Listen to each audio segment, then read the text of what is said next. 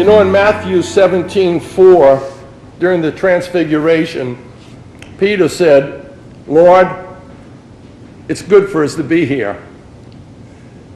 And that's just exactly the way that my wife Dina and I feel this evening. It really, truly is good to be here, and I thank you so much for having me. Each time I come before an audience such as yourself, I have a personal goal. And that goal is to touch just at least one person in the audience with a life-changing perception. A life-changing perception that can help that person to live a happier, a healthier, a more peaceful and more productive life than ever before. I feel that Father, said, well, we don't have too many people. If we got 10, then that's quite a bit. I said, Father, I don't care if one shows up. That's the one that God wanted there, and that's okay with me. I feel that what I want to share with you this evening is very important, and to take some of this home, what's for you and what isn't for you, you could just throw it in the trash can as you leave here.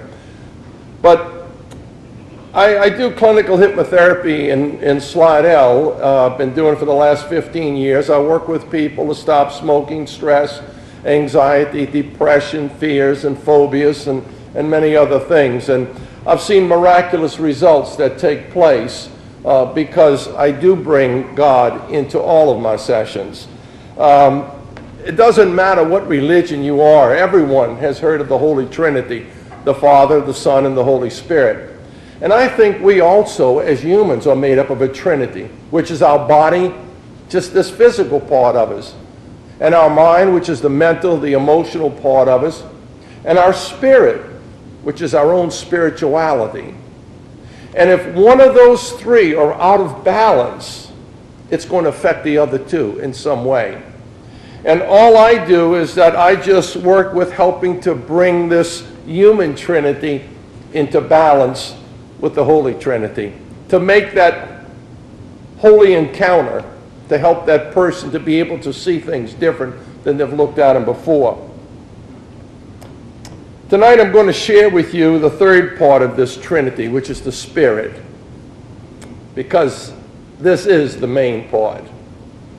When this is in balance, when this is in connection, you start seeing miraculous things take place that you didn't even consciously would be aware of. But before we get started, I'm going to just ask you to close your eyes for a moment. And I just want you to think about what I'm sharing with you and just sort of kind of go along with it. Use your imagination, think about it, just pretend it. But just close your eyes a moment now. And I want you to use your imagination. I want you to imagine a tower, tall, with thick stone walls. And at the top of this tower is a prison cell. It's dark within the cell. And the only light coming in is from a small window covered with iron bars. Imprisoned in this cell is a child with shackles on its legs and both arms. The child can climb to the window and see out, but the bars and the chains restrict them from going any further. The child looks out of the window with longing eyes and longing heart. For there before him or her is a green valley that seems to go on forever, and the blue sky is boundless. The child longs to be free, to soar high above the green fields, weightless and unburdened and free. The child knows that something else exists beyond the horizon. but he can't go any further because he's bound. And the child's name is Spirit. Is your spirit in bondage?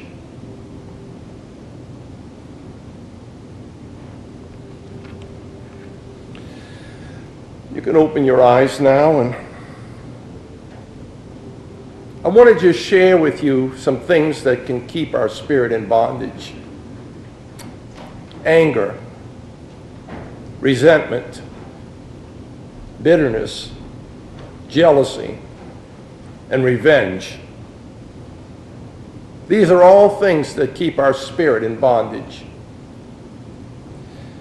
Tonight, I'm going to give you a key. With this key, you can just unlock any lock and you can open any door. This key will unlock the chains that bind. It's a key to meaning in a world that just seems to make no sense anymore. The key is happiness. It's a key to a longer and healthy, more peaceful and more productive life. It's a key to happiness and peace. And the key is forgiving. That's the key. To forgive. Let me share a little story with you about my life and why I'm here today. In 1987, at the age of 53, you don't have to worry about adding that up, I'm going on 70, so it'll save you a little time. I went through a really severe depression at the point of suicidal. I had a real good job. I had all of Louisiana and Mississippi as a territory. I made good money, had a company car, had an unlimited expense account. And I used to enjoy getting up in the morning and going to work. You see, people trusted me. When they bought something from me, I came with it. And they knew that if they ever had a problem, I'd be there to help them in any way I could. And so instead of going to work in the morning, it was almost like getting up and going to visit new friends. And then it seemed like my world started falling apart. The company started cutting back. They gave the northern part of Mississippi to a young boy who just got out of college. Took that part of my territory away, which decreased some of my income. And then they took the lower part of the upper part, the northern part of Louisiana away from me and gave it to a boy up there, a young fella, paid him less money and took more out of my commission.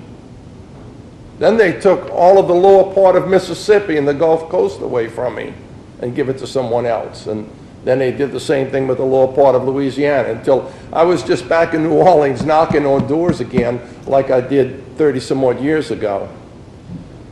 And I resented that because I worked hard all those years. I put a lot of time and sweat and blood into that. And I was getting at the age where I felt like it's not going to be long and I'll be able to retire and the wife and I can take some trips and do the things that we've always wanted to do. The children are grown. But all of this was kind of being taken away from me, and I really built up a lot of resentment about that. And then that resentment, without even me being conscious aware of it, that resentment turned into anger and bitterness. Somebody pull out in front of me in a car, man, I'd want to ram them because I'm like, you had no right to do that to me. In fact, I was even thinking about buying an old truck, and welding a railroad bumper on it so when they pulled out in front of me, I could let them have it. I'd be in a right, but I'd show them a lesson.